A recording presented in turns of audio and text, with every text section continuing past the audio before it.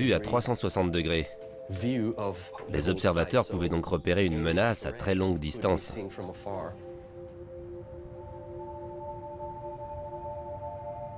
Panama City faisait partie d'un système portuaire. Lorsque Vasco Núñez de Balboa et ses hommes découvrirent les rives du Pacifique en 1513, ils comprirent qu'ils venaient de découvrir un nouveau continent. Ils ont donc découvert le Pacifique en 1513. Après, les Espagnols ont érigé une ville sur le Pacifique, première étape d'un réseau de ports, pour y stocker tout ce qu'ils raflaient à travers le Pacifique, avant de le transporter en Espagne. Tous ceux qui traversaient le pays à l'époque, à travers montagnes, lacs et forêts, passaient par ici. Un des derniers à y avoir laissé sa marque, le redoutable Henry Morgan, qui a saccagé la ville pour s'emparer du peu de richesse de ses citoyens. Sans le savoir, en détruisant Panama Viejo, Morgan a contribué à la nécessité de construire une toute nouvelle ville, dans un meilleur emplacement. Morgan est arrivé avec 1500 hommes en armes. Panama disposait seulement de 2000 hommes, dont des soldats, mais surtout des hommes sans expérience militaire. Les pirates n'ont eu aucun mal à anéantir la ville.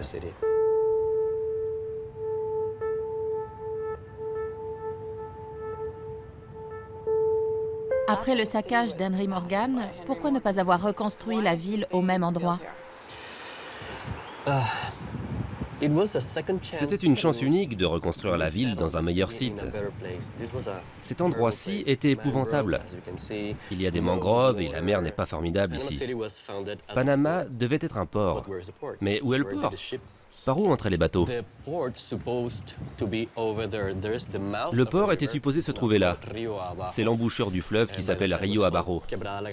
Mais cette zone était inondée en permanence. Les grands bateaux avaient bien du mal à s'approcher de la rive.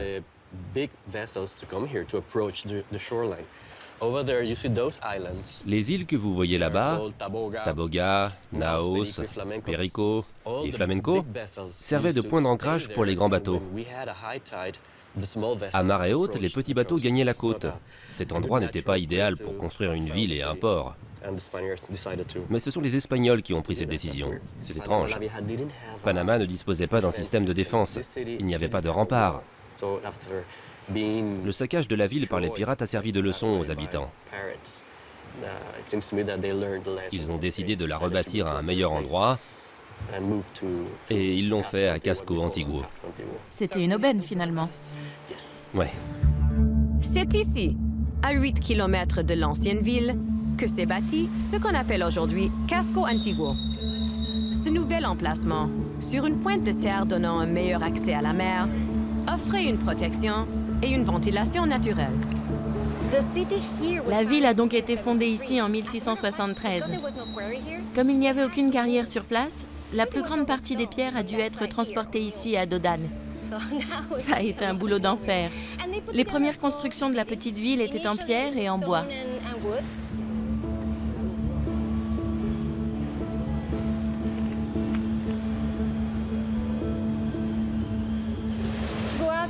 Au fil des siècles, la ville a connu 3 grands incendies qui ont détruit 90% des habitations. Seuls les édifices en pierre restaient debout, comme les églises et les bâtiments officiels. À un moment donné, les habitants étaient paniqués à l'idée de vivre à l'intérieur des remparts. Ils sont donc allés s'installer à Santa Ana. Ils ont ouvert les remparts. Ils ont commencé à utiliser d'autres matériaux, ce qui a donné naissance à de nouveaux styles architecturaux. Beaucoup d'habitants sont venus à Panama avec la ruée vers l'or. Ces immigrants ont amené leur propre culture. Durant cette période, les constructions ont été marquées par ces influences. Comme on peut le voir ici, c'est une sorte de bâtiment art déco en plein cœur d'une ville coloniale. Les Français qui ont entamé la construction du canal sont venus avec leur propre vision de l'architecture, comme on peut le voir dans plusieurs édifices. Panama a toujours été rythmé par des hauts et des bas selon les événements majeurs du moment. Et ça se voit même dans une rue toute simple. On y découvre différents styles l'un à côté de l'autre. Cette diversité, on ne la trouve dans aucune autre ville coloniale d'Amérique latine, sauf à Cuba. Casco Viejo, c'est une sorte d'écosystème? Oui, Casco Viejo est tout à fait ça. C'est très fragile. Il y a une symbiose ici qui doit être protégée. C'est unique. Il n'y a pas d'équivalent. Il faut le préserver. Il faut des gens avec une vision particulière pour développer ce quartier.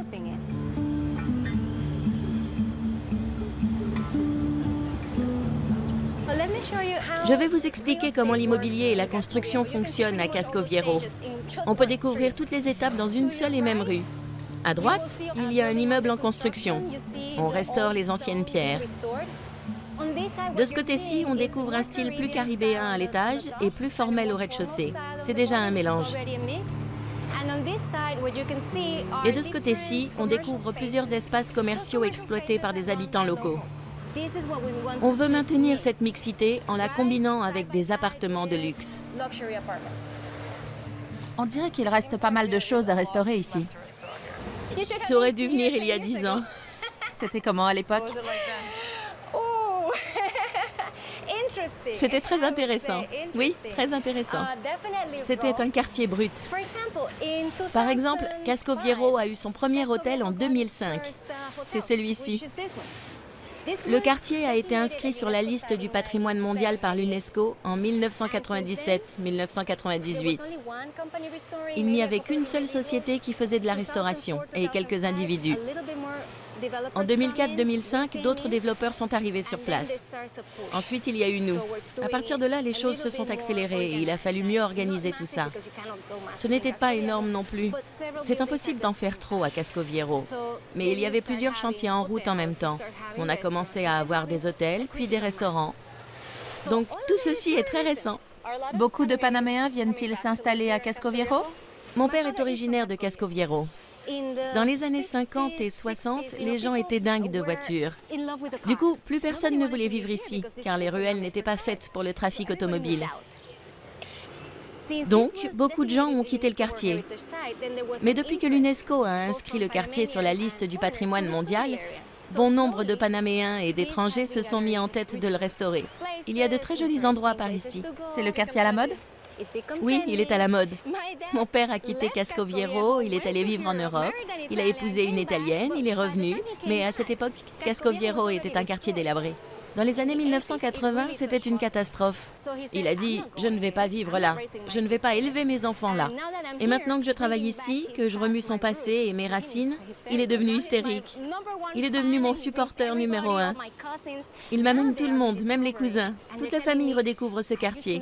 Ils me disent « J'ai vécu dans cette maison. Tu sais qui a vécu dans cette maison-là » Et tous les souvenirs du vrai Panama d'il y a longtemps, nous les intégrons dans nos projets.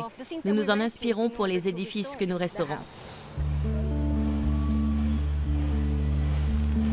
En plus de se soucier de l'entretien de leur ville, les résidents mènent maintenant un autre combat, celui d'empêcher la construction d'une autoroute côtière qui les séparera de la mer. Ils ont validé un projet pour un tunnel sous-marin le long de la côte. Ce projet a même remporté un prix. Or maintenant, ils veulent faire autre chose et on a dit non. Ils ont déjà signé le contrat pour le tunnel. Ce tunnel préserverait l'intégrité historique de Casco Viejo. Tout le monde soutient le tunnel. On ne comprend pas pourquoi ils ont changé d'avis.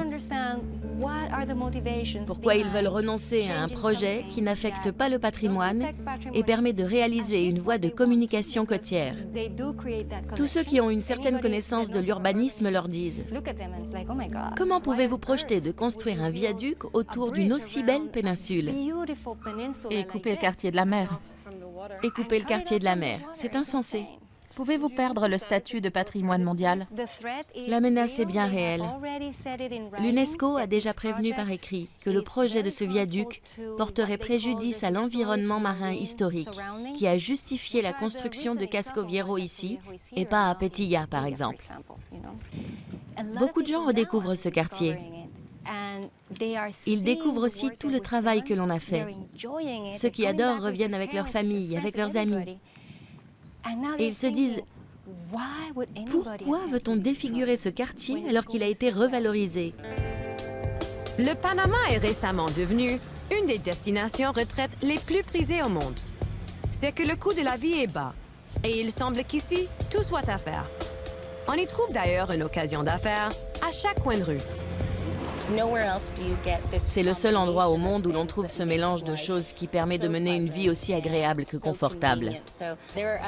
Il y a des pays plus chauds ou moins chers, mais si on considère tous les aspects, Panama offre de loin la meilleure qualité de vie. Il y a beaucoup de gens qui viennent ici pour vivre une retraite douce. Mais il y a aussi un tas de jeunes qui viennent ici parce que c'est facile d'y monter sa société, ou bien juste pour changer, pour vivre dans un pays plus chaud et voir comment ça se passe. On peut descendre d'un avion et monter son entreprise tout de suite? C'est presque aussi facile. Ça peut sembler ridiculement simple, mais c'est vraiment comme ça.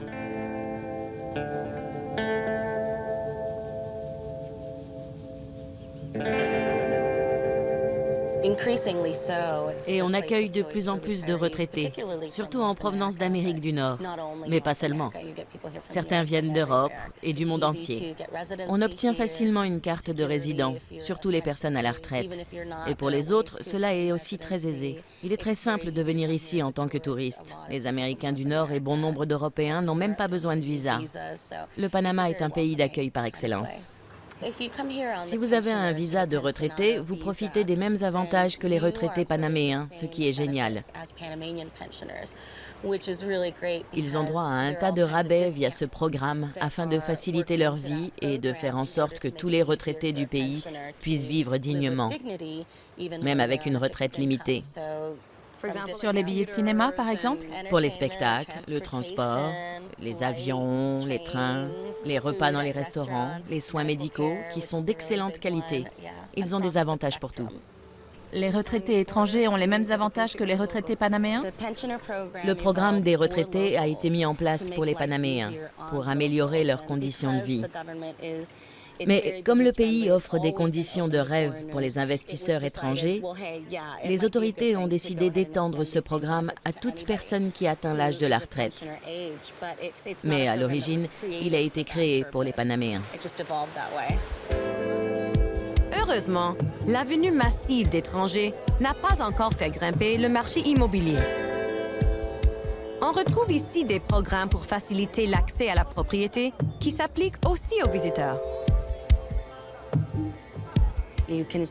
On peut acheter une maison pour 60 000 $ et un appartement pour 30 000 $ dans de nombreuses régions du pays. Si vous n'avez aucun problème pour vivre comme les Panaméens, vous pouvez vivre très confortablement dans une maison qui vous coûtera moins de 100 000 $. Panama devient tellement populaire à l'étranger. Pensez-vous qu'il y a un risque qu'un jour les Panaméens de souche soient exclus? Je ne pense pas.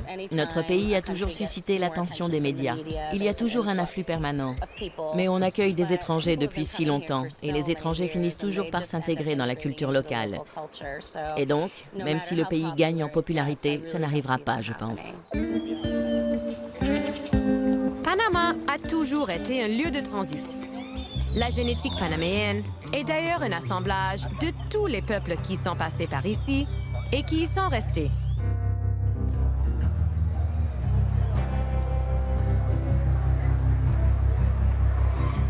C'est l'arrivée de main-d'œuvre venue pour la construction du chemin de fer liant les deux Amériques, puis pour le chantier du canal, qui a donné au pays son identité distincte. La population panaméenne, dont plus de la moitié habite ici à Panama, est aujourd'hui une des plus métissées du monde. On est à Place Santana, c'est un point central entre la vieille ville de Casco Viejo, le quartier de Chorrillo, Santana, et tu vois déjà dans la place, il y a des gens de toutes les races. C'est même une explosion ethnique ici, parce qu'on a toutes les cultures, on a les Amérindiens qui étaient ici en premier, les Européens, français, espagnols, anglais. On a évidemment les gens des Antilles, les Noirs des Antilles et d'Afrique. Et ensuite, les Grecs, des gens d'Inde. Et les Chinois sont là, c'est une grande population ici aussi. Et donc c'est très typique d'ici de voir des gens de toutes les cultures.